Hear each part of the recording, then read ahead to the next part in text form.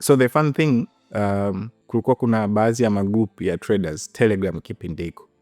Kulikuwa kuna group moja inaitwa Forex Traders, ambao nafikiri traders wengi sana ambao sasa hivi wameshakuwa mentor, wamekuwa nini, yaani mle ndo tulikuwa tumeanza kama mabigina.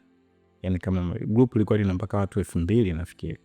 Yaani nafikiri ndo group moja la watu wa mwanzo kabisa la Forex trading, kukaa na watu 2000. Na watu wengi sana ambao nafahamu wakaja kuwa matraders wakubwa, ndo mle tulikutana kama mabeginners tu wote, yani hivyo.